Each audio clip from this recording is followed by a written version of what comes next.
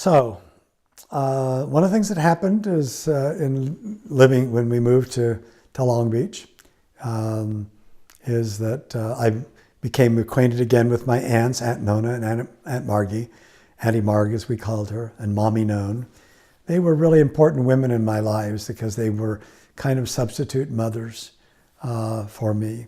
And I remember going to Aunt Nona's house and watching wrestling, professional wrestling, and being taught to play castanet. No, what is that card game? Canasta. Canasta. That's right. Learning to play canasta with my cousins. My cousins went to the same high school I did. I joined the band, was in the marching band at Long Beach Poly.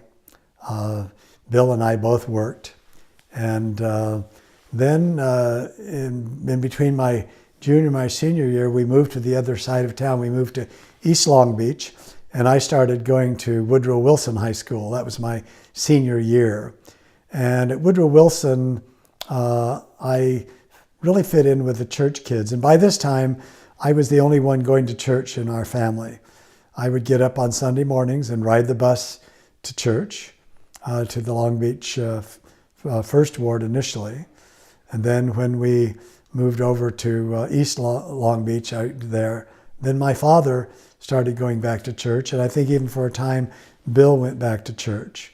But one of the nice things is I was involved with a group of wonderful kids my age at the high school. I was playing football.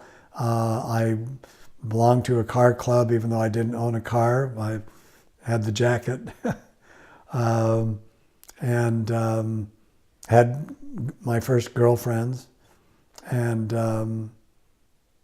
it was really a wonderful year because of this group of kids in the church. We had dances, and I loved to dance and loved to go to seminary with the kids, and we became kind of a leader of a youth group in the congregation, and decided to go to college. And that was, again, part I owe to the church, that emphasis on education, but also my father. Neither my father nor mother graduated from high school. No one in my family had gone to college.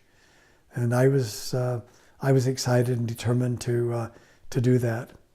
So when I would go to church dances on Saturday night, the person playing the piano was a young girl, a little bit younger than me, a couple of years younger, named Ruthie Stanfield.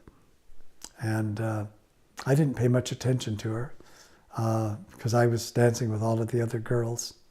But I knew who she was. She lived in Bellflower, which was north of Long Beach. And I knew something about her sisters and her family. It was during this time that my brother Bill graduated from high school and joined the Coast Guard and got married.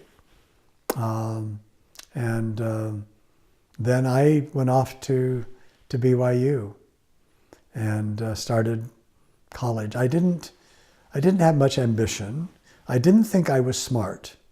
I really didn't. I thought I was, I could do whatever I had to do, but my ambition was to be a high school counselor. That sounded like a good thing to do.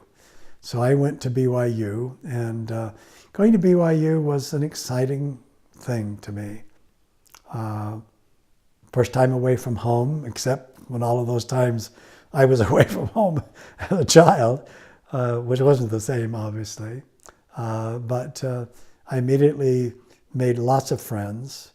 When we had the opening assembly, we all sat in from the state that we were from, and all of the kids from California were together. And I remember that when they had the kids from Idaho, they all shouted, "We're from Idaho," and all the kids from California said, "Idaho?" And everybody was, going back and forth and doing their thing. But I was suddenly aware that there was something I could do that could change my life, that I could learn and I could study. And so I didn't know how. I'd never been taught to study. I was in high school, I was an average student. I couldn't have gotten into the universities I ended up teaching at out of high school. I couldn't have gotten into UCLA, where I later taught, or Santa Cruz or Berkeley or any of those places, because I just didn't know how to study. And I didn't know when I went to BYU. But I began to learn something. I was an average student, content with C's and B's and B minuses and an occasional A.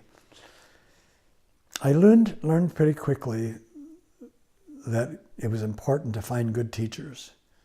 And I majored in teachers more than I majored in classes, because I would find a good teacher and I would take every class that he or she would teach.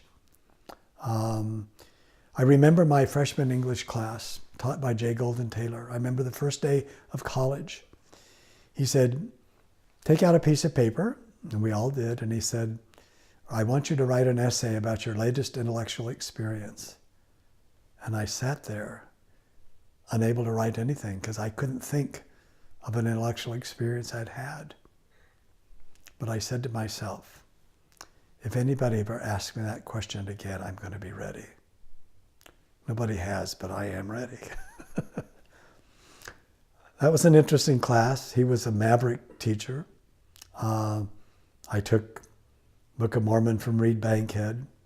I took courses from a lot of different teachers. But when I took Introduction to Literature, not because I was interested in literature, because it was one of those courses I had to take from Robert K. Thomas,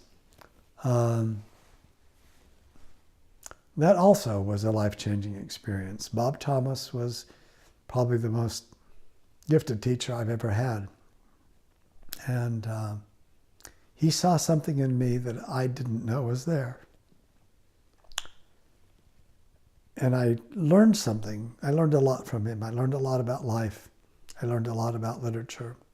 I learned a lot about religion. I learned a lot about relationships. But I remember that year that he gave us a short story by Chekhov. And we were to go home over Thanksgiving and write an essay on this short story called On the Road. And before I left for vacation, I read it. I thought, this doesn't make any sense at all. It might as well have been written in Russian as in English. And so I went to Long Beach and read it again, which was the high price to pay in those days. And I still didn't understand it. And I kept reading it and kept reading it. And finally, on the fifth or sixth reading, it fell into place. And it was such an exciting experience that I could understand a story on my own. It was like a revelation. And that kind of opened, and it was such an exciting thing to do. And it was on the basis of that class that I fell in love with literature. I fell in love with this teacher who was a great teacher. And I fell in love with teaching.